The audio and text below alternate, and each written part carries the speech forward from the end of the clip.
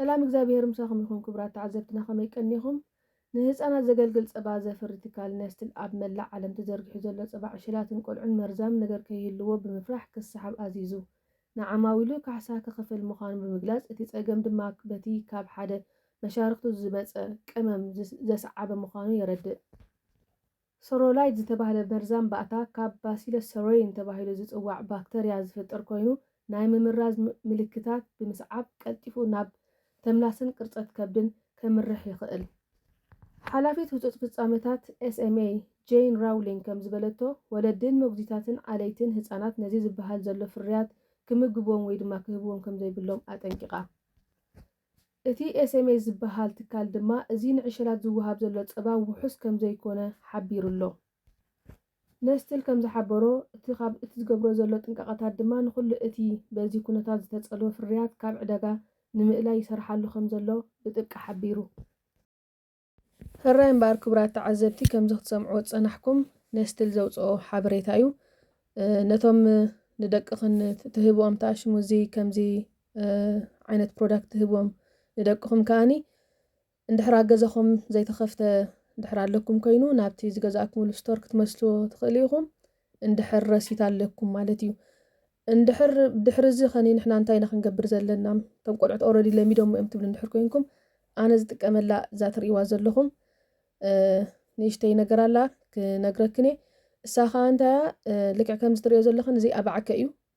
ኣባዕከ ኣቢልክን ኣብ ድስቲ ጌርክን ማይ ውዒ ጌርክን ተፍልሕኦ ብድሕሪኡ ምስ ፈለሐ ልክዕ ከምዚ ኣብዚ ትርእዮ ዘለኹን ሕብሪ ምስ ሓዘ ተውርድኦ ማለት እዩ። ኣውሪድክን ሽዑ ቁርብ ኣዝሒልክን ነቲ ቆልዓ ኣብ ጥጦ ጌርክን ትህብኦ ማለት እዩ። ዕረ ስለ ዝጥዕም ኣባዕከ እንድሕር ደሊኹን ወይ ቁርብ ሽኮር ብራውን ሽኮር ወይ ከዓ ነቲ ቆልዓ ልዕሊ ዓመት እንድሕር ኮይኑ ከዓኒ መዓር ሕጂ ኣነ ንጓለይ ዝጥቀመላ መዓር እዩ ማለት እዩ። ምክንያቱ ካብ ዓመት ንላዕሊ ስለ ዝኾነት ኣዝዩ ብሉፅ እዩ። ብዙሕ ብልጫታት ኢኻ ረኺበሉ ደቀይ ቅድሚ ሕጂ ዝነበሩ እዚ ፓውደር ዝበሃል ፀባ ኣይሂቦምን እየ ነይረ ግን እቲ ኖርማል ፀባ የስትዮም ነይረ ድሕሪ ጥበይሲ ምስ ጎበዙ እቲ ኖርማል ፀባ እየ ዘስትዮም ነይረ ኣፍሊሐ ጥዑይ ገይረ ኣፍሊሐ ኣዝሒለ እየ ዝህቦም ነይረ። እዚ ፓውደር ኣይሂቦምን እየ ነይረ ምክንያቱ ሓደ ነገር ተረዲኤ እቲ ፀባ ኣቢልካ በፅቢፅካዮ ን8 ሰዓት ኮፍ ተቢልካዮ ናብ ከምዚ ቀጠልያ ነገር እዩ ዝቕየር። እዚ ቀጠልያ ነገር ዝቕየር ዘሎ ኣብ ውሽጢ ናይቲ ቆልዓ ምስ ኣተወ ከብዱ ነቲ ናቱ ውሽጣዊ ኣካላት እንታይ ክገብሩ ከም ዝኽእል ስለ ዝተረዳእኩ እቲ ከምኡ ኣይሂቦምን ኮይነ ማለት እዩ። ነቶም ቆልዑት ይነፍሖም ጥራሕ እዩ። ፅቡቃት ገጀፍቲ ገለ ይመስሉ ውሽጦም ግን ይጉድኦም። ስለዚ ብኸምኡ እየ ነዚ ጀሚረዮ። እዚ ኣባዕከ ከዓ ዝረኸብኩሉ ለውጢ እንታይ መሲሉክን እቲ ቆልዓ ቅልጥፍ ቅልጥፍ ኢሉ ኣይሓምምን እዩ። ወላ ኣብ ከባቢኡ ዘሎ ሰብ እንተሓመመ እቲ ናቱ ኢሚዩን ሲስተም ላዕሊ ስለ ዝኸውን እቲ ጥንካረ ናይ ኣዕፅምቲ እውን ኣዝዩ እዩ ዝልዕል። ንኣብነት ሕጂ እቶም ካልኦት ደቀይ ፀባ እንዳሰተዩ ከለዉ ቅልጥፍ ቅልጥፍ ኢሎም ይሓሙ ነይሮም። ብብዝሒ ተምላስ ብጣዕሚ ረስኒ ይገብረሎም ነይሩ። ሕጂ ሓደ ቆልዓ እንድሕር ሓሚሙ ዘምልስ እንድሕር ኣልዩ ኮይኑ ከዓ ፀባ ኣይወሃብን እዩ። ሕጂ ፀኒሖም ድሕሪ እቲ ምስ ሓወዩ ግን ግድን እዮም ክወሃቡ። ስለዚ እቲ ሕማም ቀልጢፉ የጥቅዖም ነይሩ።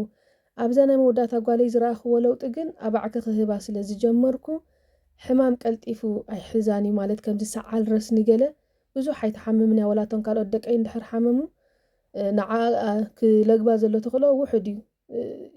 ዝቁፀረ እያ ሓሚማ ዘላ ካብ ትውለድ ማለት እዩ።